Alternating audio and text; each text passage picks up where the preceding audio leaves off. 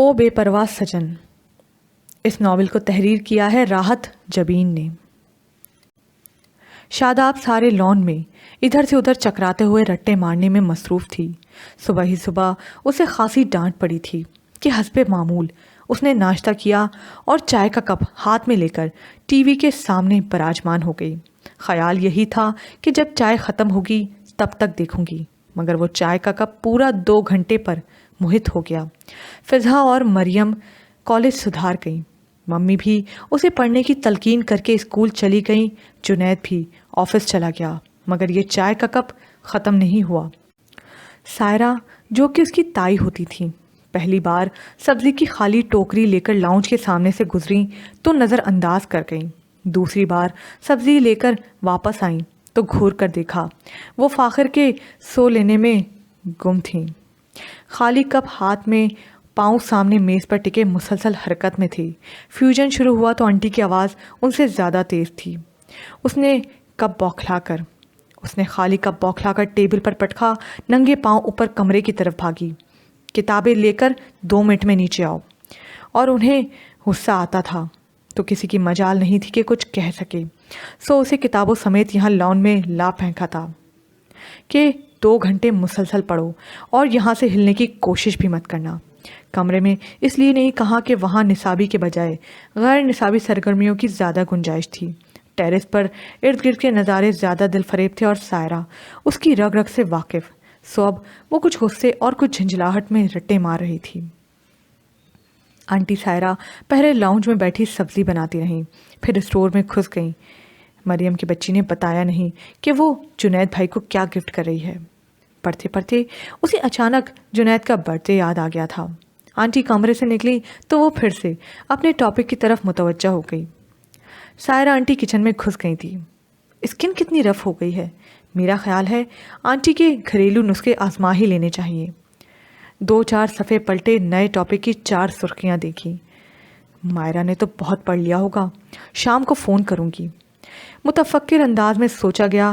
پھر چند لائنیں اور پڑھیں۔ ٹاپک مشکل لگا، پہلے آسان سے شروع کرتی ہوں۔ اگلا اور سب سے چھوٹا چیپٹر کھل گیا تھا۔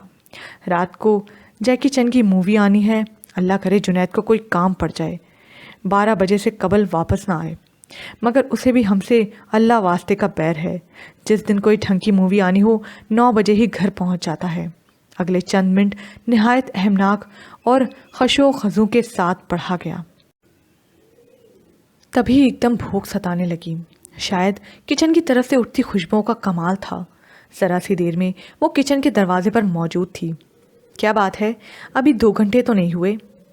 پانی پینا تھا، نہایت معصومیت سے فرمایا۔ انہوں نے مشکوک نظروں سے گھورا، پھر اجازت دے دی۔ پھر سے پانی کی بوتل نکالتے ہوئے اس نے آنٹی کو دیکھا، وہ زور و شور سے ایک دیگچی میں چمچہ ہلا رہی تھیں، پھر ذرا کی ذرا ہاتھ روک کر ٹماٹر کاٹنے لگیں۔ آج کھانے میں کیا ہے؟ آلو قیمہ اور کھیر۔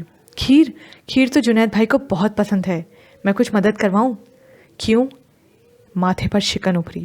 یوں ہی آپ اکیلی پکا رہی ہیں؟ کچھ ہکلا کر لہجے میں خلوص پیدا کرنے کی کوشش کی۔ میں روز اکیلے ہی پکاتی ہوں۔ ہاں مگر وہ پانی پی لیا ہے تم نے؟ ان کا ضبط جواب دے گیا۔ جی ہاں۔ ہاتھ میں پکڑی ناشپتیاں واپس رکھو اور جا کر پڑھو، جو 7 منٹ یہاں ضائع کیے ہیں ان سمیت۔ اف، کتنے آرام سے بے عزتی کر کے رکھتی ہے۔ عقب سے ہاتھ سامنے لا کر دونوں ناشپاتیاں فریج میں رکھیں اور پاؤں پٹک کر دوبارہ باہر آ گئی۔ میں بھی نہیں پڑھ رہی، نہ جانے تعلیم کے معاملے میں آنٹی اتنی خوفناک بلکہ خونخوار کیوں ہو جاتی ہیں۔ غضب خدا کا، میری بھوک پیاس کا بھی کوئی احساس نہیں۔ پھر کتابوں کو گھور کر دیکھا، کس قدر نامعقول کام ہے یہ ماسٹرز کرنا۔ نہ جانے کس احمق نے مشورہ دیا تھا۔ اچھی بھلی گریجویشن کر کے بیٹھی تھی، آرام سے شادی کر کے عیش کرتی۔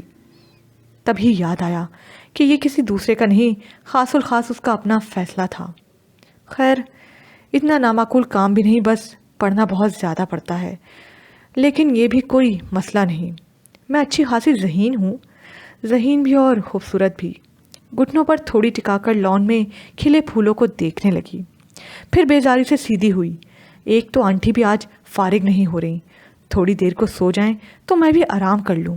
گویا پکا ارادہ تھا کہ پڑھنا بالکل نہیں ہے۔ دھیان کچن ہی کی طرف تھا۔ آنٹی سارا کچن سے نکلی اور وہ اسٹور میں دوبارہ گھس گئیں۔ اسٹور میں نہ جانے کون سے پہاڑ کھودنے ہیں۔ تھک ہار کے اسے کتاب کی طرف متوجہ ہونا ہی پڑا۔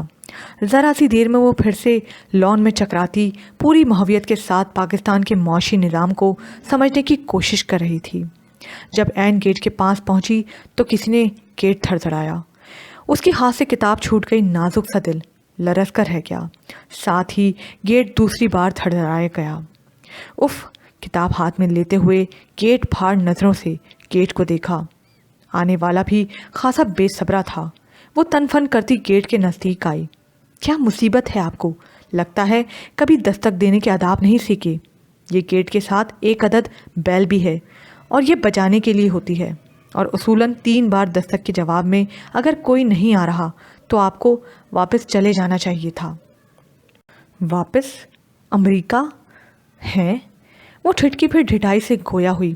بالکل، کیونکہ یہی دستک دینے کے آداب ہیں۔ کچھ تجسس میں چھوٹے گیٹ کی کھڑکی کھولی۔ یہ کس لہجے میں بات کر رہی ہیں؟ جو چہرہ سامنے آیا تھا اس نے شاداب بی بی کے چہرے کا رنگ اور ہاتھوں کے طوطے اڑا دیے۔ دوسرے پل اس نے کھٹاک سے کھڑکی بند کر دی۔ اندر کی طرف دوڑ لگا دیتی مگر دستک دوبارہ ہوئی تھی، اور اگر انٹی باہر آ گئیں تو کس سے ملنا ہے؟ آواز میں واضح لرزش تھی۔ یہ آنٹی ناجمہ کا گھر ہے؟ آواز بھاری اور بارواب تھی۔ شاداب کے ہاتھ پاؤں ٹھنڈے ہو گئے۔ جی ہاں، جی نہیں، جی ہاں یا جی نہیں؟ یا اللہ میاں جی، آج بچا لیں۔ اس کے بعد میری پکی توبہ، میں کبھی گاڑی لے کر نہیں نکلوں گی۔ مجھے کیا پتا تھا یہ شکایت لگانے گھر تک چلا آئے گا، حالانکہ اتنا نقصان بھی نہیں ہوا تھا اور میں نے کتنی شرافت سے اس کا نقصان بھی پورا کر دیا تھا۔ مگر یہ بندہ شریف نہیں نکلا بلکہ انتہائی خبیث۔ محترمہ، کیا بڑبڑا رہی ہیں؟ آواز میں اکتاہٹ نمایاں تھی۔ کیا یہ نجمہ آنٹی کا گھر نہیں؟ جی نہیں، اس نے جھٹ سے انکار کر دیا۔ دوسری طرف ایک پل کو خاموشی چھا گئی، پھر ایک کارڈ درز میں سے اندر آیا۔ کیا یہ ایڈریس یہ نہیں؟ اف! جنید بھائی کا کارڈ! اللہ، وہ اسے کہاں مل گئے؟ یہ آپ بار بار سو کیوں جاتی ہیں؟ ایک تو آپ بے صبرے بہت ہیں۔ یہی ایڈریس ہے؟ جنید کا کارڈ اس کے ہاتھ میں تھا۔ انکار شامت بلانے کے مترادف ہوتا۔ تو یہ آنٹی نجمہ کا گھر ہوا نا؟ نہیں، ان کا گھر تو نہیں ہے۔ اگر ایڈریس یہی ہے تو آنٹی نجمہ یہاں کیوں نہیں رہتی؟ میں نے کب کہا کہ وہ یہاں نہیں رہتی؟ وہ گڑبڑا گئی۔ ذہن اسے بھگانے کے طریقے سوچ رہا تھا، گویا یہاں رہتی ہیں۔ جی، تو انہی کا گھر ہوا۔ خیر، گھر تو ان کا نہیں ہے۔ کیا آپ پاگل ہیں؟ اندر جا کر بتائیں کہ زریاب مرتضیٰ ہمدانی آیا ہے۔ میں؟ خوامخواہ؟ ارے زریاب، تم؟ جنید کی آواز ابھری۔ مارے گئے، شابی بھاگ! وہ بدک کر وہاں سے بھاگی، مگر گھبراہٹ میں پہلی ہی رو میں رکھے بڑے سے گملے کے ساتھ الجھ کر گر پڑی۔ ہائے! وہ وہیں گھٹنا پکڑ کر ڈھیر ہو گئی۔ جنید کے پاس گیٹ کی چابی تو ہوتی ہی تھی۔ گیٹ کھلا اور جنید زریاب سمیت اندر تھا۔ وہ بھاگنے کا ارادہ ملتوی کر کے ہائے ہائے کرتی گھٹنوں میں چہرہ چھپا گئی۔ جنید نے حیرت، غصے اور خجالت کے ملے جلے تاثرات کے ساتھ اسے دیکھا۔ کیا ہوا؟ کچھ نہیں، وہ روحانسی ہو کر بولی۔ چہرہ اٹھانے کی غلطی نہیں کی۔ زریاب کا دل چاہا وہ جنید کو اپنے استقبال کے بارے میں بتائے، مگر اس کی حالت دیکھ کر خاموش ہو گیا۔ مگر سوالیہ نظروں سے جنید کو دیکھا۔ شاداب ہے، آنٹی نجمہ کی بیٹی۔ اس نے دانت پیس کر تعارف کروایا۔ تم آؤ اندر۔ وہ ڈرائنگ روم کی طرف بڑھ گیا۔ ہوں، آئے بڑے کہیں سے۔ اتنا تو ہو نہیں سکا کہ… وہ غصے میں ایک دم جھٹکے سے کھڑی ہوئی، پھر اسی جھٹکے سے نیچے بیٹھ گئی۔ وہ سر پر کھڑا سرخ آنکھوں سے اسے گھور رہا تھا۔ کیا بہت چوٹ لگی ہے؟ الفاظ ہمدردانہ صحیح، مگر لہجے میں نرمی کا تاثر نہیں تھا۔ جی ہاں، جی نہیں۔ جی ہاں یا جی نہیں؟ جی ہاں، جی نہیں، پتہ نہیں۔ وہ جھنجھلا گئی۔ زریاب ہلکا سا کہکا لگا کر ہنسا۔ اچھا ہے، ایک گہری سی نظر اس پر ڈال کر چلا گیا۔ کیا اچھا ہے؟ ہائے اللہ، کہیں دھمکی تو نہیں دے گیا؟ ہیں؟ یہ آپ کو کیا ہوا محترمہ؟ عظیم نے اندر آتے ہوئے حیرت سے پوچھا۔ وہ کالج سے لوٹا تھا۔ میرے چوٹ لگ گئی ہے، لہجہ گلوگیر تھا۔ یہ تو کوئی نئی بات نہیں، مجھے سخت رونا آ رہا ہے۔ یہ بھی نئی بات نہیں۔ عظیم پلیز فرمائیے، ذرا سا سہارا دو۔ شاداب نے ہاتھ بڑھایا تو وہ اسے سہارا دیتے ہوئے لاؤنج میں لے آیا۔ تمہیں کیا ہوا شاداب؟ سائرہ اسے لنگڑاتے دیکھ کر لبکی۔ کم از کم آپ تو یہ سوال مت کیا کریں، مجھے کمرے تک چھوڑ آؤ۔ وہ جلد از جلد منظر سے غائب ہونا چاہتی تھی۔ یہاں بیٹھو، میں آئیڈریکس لگا لوں گی۔ اس نے تیزی سے ان کی بات کاٹی۔ عظیم اسے بےحد شرافت سے کمرے تک چھوڑ آیا تھا۔ کچھ دن تو سکون سے گزریں گے، مگر سکون کہاں رہتا ہے؟ یہ اتنا بڑا 6 فٹا خطرے کا نشان جو گھر میں داخل ہو گیا تھا۔ وہ اپنا گھٹنے کا درد بھول کر ہولتی رہی، نہ جانے کس انداز سے بات کرے اور جنید کیا سمجھے۔ تبھی فضا آ گئی، ہولتی کانپتی ادھر سے ادھر کتابیں گراتی دھپ سے اس کے بیڈ پر اوندھے منہ گری تھی۔ کچھ نہ پوچھو کیا ہوا، کچھ نہ پوچھو کہ گردان جاری تھی، تو میں کب کچھ پوچھ رہی ہوں۔ اف اللہ، مر گئی آج تو۔ ہائے میرے پاؤں، روتی، ہائے اوئی، کوئی پانی پلائے، کہیں میری جان نہ نکل جائے۔ اللہ کرے نکل جائے۔ اس نے سائڈ ٹیبل سے پانی کا پورا جگ اٹھایا اور پورے کا پورا اس پر الٹ دیا۔ اس کی چیخ و پکار، آہ و بکا کے جواب میں نیچے سے سائرہ نے تندو تیز اور دھواں دھار جواب دیا تھا۔ یہ گھر ہے یا مچھلی بازار؟ نہ جانے کس کونے سے جنید کی گرج سنائی دی۔ فضا ساکت ہو کر اسے گھورتی رہی۔ بالوں کا خوبصورت ہیئر سٹائل برباد ہو گیا تھا۔ تم اس وقت دادی کی گنجی ککڑی لگ رہی ہو، جو دادی پچھلے سال گاؤں سے لائی تھی۔ بے حد آرام و سکون سے مطلع کیا گیا تھا۔ اس نے نہ جانے کس طرح یہ بے عزتی برداشت کی تھی۔ بے حد سنجیدگی سے گویا ہوئی۔ تمہیں پتہ ہے میں آج مر گئی تھی کس پر؟ میں چند منٹ تک نہ آتی نا تو تمہیں اس پوری گلی میں میرے چیتھڑے ملتے، اکٹھے کرتی تو بھی فضا نہ بنتی۔ مجھے کیا ضرورت ہے؟ میں جھاڑو اٹھاتی، سب گند بلا اکٹھا کر کے گلی کے کونے میں رکھے ڈرم میں ڈال آتی۔ خس کم جہاں پاک۔ تم بکواس ہی کرتی رہنا، یہ مت پوچھنا کہ ہوا کیا۔ میں نہ جانے کس طرح بچ کر گھر تک پہنچی ہوں۔ کیا ہوا؟ ہونا کیا تھا، آج وہ میرے پیچھے آ گیا تھا۔ کون؟ وہی جو نفیس صاحب کے گیٹ پر کھڑا ہوتا تھا۔ شابی کے ذہن نے کلابازیاں کھائیں۔ نفیس صاحب کا ایک ہی بیٹا تھا، دماغی طور پر ذرا سا معذور، لمبا چوڑا سفید رنگ، ماتھے پر سیاہ داغ، یہ بڑی بڑی آنکھیں اور دانت۔ اس نے جھرجھری لی۔ یہ حلیہ نفیس صاحب کے بیٹے کا تو نہیں؟ درمیانہ قد، سانولی رنگت، چھوٹی سی آنکھیں۔ نہیں، وہ نہیں، کوئی مہمان آ گیا ہوگا۔ مگر تمہیں کہاں مل گیا؟ بتایا تو ہے، روز وہیں کھڑا اپنی بڑی بڑی آنکھوں سے گھورتا رہتا تھا۔ کالج سے واپسی پر گزرنا مشکل ہو گیا تھا، کب تک برداشت کرتی؟ وہ روحان سی ہو گئی۔ شابی ہکا بکا رہ گئی، پھر برس پڑی۔ بے بھاؤ کی سنائیں، آخر برداشت کیوں کرتی؟ بتایا کیوں نہیں؟ ایسی کی تیسی کر دیتے، اٹھا کر بلاک سے ہی باہر پھینک دیتے۔ جنید کو پتہ چلتا تو سورما بنا کر رکھ دیتا، وغیرہ وغیرہ۔ میں نے سوچا خود ہی کہیں دفان ہو جائے گا، لیکن آج تو میری برداشت ہی جواب دے گئی۔ بس سڑک کے کنارے پتھر اٹھایا اور دے مارا ماتھے پر۔ زبردست، پھر کیا ہوا؟ اس کے تیور بدل گئے، خوخار نظروں سے مجھے گھورا اور شابی کی سانس بند ہونے لگی۔ وہ میرے پیچھے بھاگا، میں نے بھی دوڑ لگا دی۔ اف، تپتی سڑک، جلتا سورج اور میں تنہا اکیلی لڑکی۔ میرا دل۔ شابی کا ہاتھ سینے پر چلا گیا، سانس بند، آنکھیں پھٹی ہوئی، رنگ بالکل فک۔ میں بھاگتی رہی، وہ بھی بھاگتا رہا۔ کوئی گیٹ بھی نہیں کھلا تھا کہ میں اندر کھل جاتی۔ اور پھر پھنسی پھنسی آواز، عجیب و غریب سی تھی۔ پھر میرا دوپٹہ۔ شابی کے منہ سے چیخ نکل گئی۔ دروازہ دھاڑ سے کھلا۔ عظیم سرخ چہرے کے ساتھ اندر تھا، ہونٹ بھچے ہوئے، آنکھوں سے گویا لہو ٹپک رہا تھا۔ کون تھا وہ؟ سنگین لہجے میں ڈپٹ کر پوچھا۔ وہ ہکا بکا اسے دیکھتی رہی۔ کون تھا وہ؟ کون؟ وہ ہکلا گئی۔ میں پوچھتا ہوں کون تھا وہ؟ کس کی اتنی جرت ہوئی کہ ہمارے محلے میں ہماری بہن کے ساتھ؟ میں زندہ نہیں چھوڑوں گا، ٹکڑے ٹکڑے کر دوں گا۔ بتاؤ کون تھا وہ جس نے تمہارا دوپٹہ؟ وہ دھاڑ رہا تھا۔ کتا؟ کون؟ نفیس صاحب کا نیا کتا، ہر روز گیٹ سے تھوتنی نکالے بھونکا کرتا تھا۔ آج تو پیچھے ہی پڑ گیا تھا، حالانکہ میں نے تو صرف پتھر۔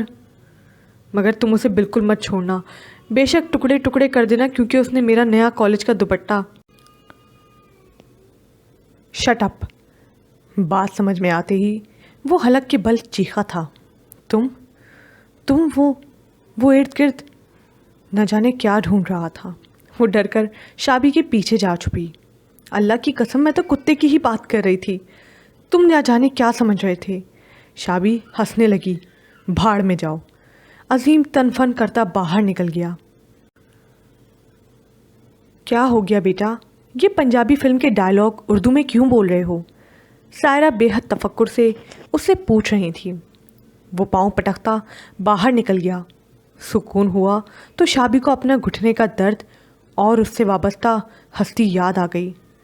فضا، اس کا لہجہ دہلا دینے والا تھا۔ جب تم اس طرح بولتی ہو تو لگتا ہے یا تو تمہارا ہارٹ فیل ہونے والا ہے یا میرا۔ وہ آیا ہے۔ فضا نے کچھ کہنے کے لیے منہ کھلا، پھر دونوں ہاتھ جوڑ دیے۔ پہلے بتاؤ وہ کون آیا ہے، ورنہ ابھی عظیم آ جائے گا۔ وہی جس کی گاڑی کے ساتھ اپنی گاڑی ٹکرائی تھی، اور اکیلا ہی نہیں، مرتضیٰ اور ہمدانی بھی اس کے ساتھ ہیں۔ پرسوں ڈرائیونگ کے شوق میں وہ جنید کی گاڑی لے کر نکلی تھی۔ وہ کون ہے؟ مجھے کیا پتا۔ ارے اتنی ہمت کے منہ اٹھا کر ہمارے گھر پہنچ گئے۔ اسے تاؤ آ گیا۔ اس دن تو بچت ہو گئی تھی۔ جنید شہر سے باہر تھا، آرام سے گاڑی کی مرمت بھی ہو گئی، مگر یہ لوگ نہ جانے کیا کہہ دیں۔ جنید کے غصے کا تو پتہ ہے نا۔ سائرہ آواز دے رہی تھی، مریم کی آواز بھی آ رہی تھی، گویا بھی آفس سے واپس آئی تھیں۔ دیکھو ہم صاف مکر جائیں گے، اس کے پاس کوئی ثبوت تو ہے نہیں کہ ایکسیڈنٹ ہماری گاڑی کے ساتھ ہوا تھا۔ فضا نے کہا تو بات اس کی سمجھ میں آ گئی۔ تمہارے لیے کھانا یہیں لے آؤں اگر گھٹنے میں زیادہ درد ہے تو؟ فضا شرارت میں مسکرائی۔ جی نہیں، چل رہی ہوں میں۔ مگر سیڑھیوں کے درمیان میں ہی قدموں میں زنجیر پڑ گئی۔ حیرت سے آنکھیں کھل گئیں۔ گھٹنے کا درد کچھ زیادہ شدت اختیار کر گیا تھا۔ وہ ڈائننگ ٹیبل پر بڑی شان سے موجود تھا اور نجمہ سے بڑی اپنائیت سے بات چیت جاری تھی۔ کھانا لگ چکا تھا اور سائرہ آنٹی وقفے وقفے سے ایک ایک کو پکار رہی تھی۔ وہ دونوں دبے قدموں واپس مڑنے لگیں۔ تبھی ان کی نظر اوپر اٹھی۔ دوسرے پل نجمہ نے بھی انہیں پکار لیا تھا۔ مرے مرے قدموں سے وہ ٹیبل کی طرف چلی آئیں۔ یہ شاداب ہے، میری بیٹی، اور یہ فضا، مریم کی بیٹی۔ بیٹا، یہ تمہاری نائلہ خالہ کے بیٹے زریاب ہیں۔ جی؟ وہ دونوں چیخ اٹھیں۔ میں مل چکا ہوں۔ کوہنی کرسی کی پشت پر ٹکاتے ہوئے اس کی گہری سنجیدہ نگاہیں براہ راست شابی پر جمی تھیں۔ کب؟ نجمہ نے حیرت سے سوال کیا تھا۔ ابھی پرسوں۔ السلام علیکم زریاب بھائی۔ دونوں یک زبان ہو کر بولی تھیں وعلیکم السلام۔ اس نے سنجیدگی سے جواب دیا اور پھر سے نجمہ کی طرف متوجہ ہوا۔ دراصل پرسوں مجھے نائلہ خالہ کیسی ہیں؟ شابی نے فوراً دخل دیا۔ ٹھیک تھیں، مختصر جواب اور روح سخن پھر سے نجمہ کی طرف۔ سپر مارکیٹ میں انہیں ساتھ لے آتے۔ زریاب نے رخ موڑا اور سنجیدہ نگاہیں اس کے چہرے پر جما دیں۔ وہ گڑبڑا کر خالی پلیٹ کو گھورنے لگی۔ زریاب نے باقی بات اسی طرح پوری کی۔ وہ صرف یہ بتانا چاہتا تھا کہ وہ یہاں کا ایڈریس بھول گیا تھا، اس لیے ہوٹل میں ٹھہر گیا تھا۔ پرسوں سپر مارکیٹ میں اسے جنید کا دوست نعمان ملا تھا۔ اسی نے انہیں جنید کا نیا ایڈریس دیا تھا۔ نعمان ایک دو بار امریکہ گیا تو نجمہ نے اس کے ہاتھ کچھ چیزیں نائلہ خالہ کے لیے بھجوائی تھیں۔ اپنی بات مکمل کر کے وہ اندر آتی مریم کو دیکھنے لگی، جو پانی کا جگ لیے آ رہی تھی۔ شابی نے میز کے نیچے سے فضا کا ایک ہاتھ دبایا۔ ڈر گئے مجھ سے؟ فضا نے سرگوشی کی۔ آپ لوگ یہاں کب شفٹ ہوئے تھے؟ زریاب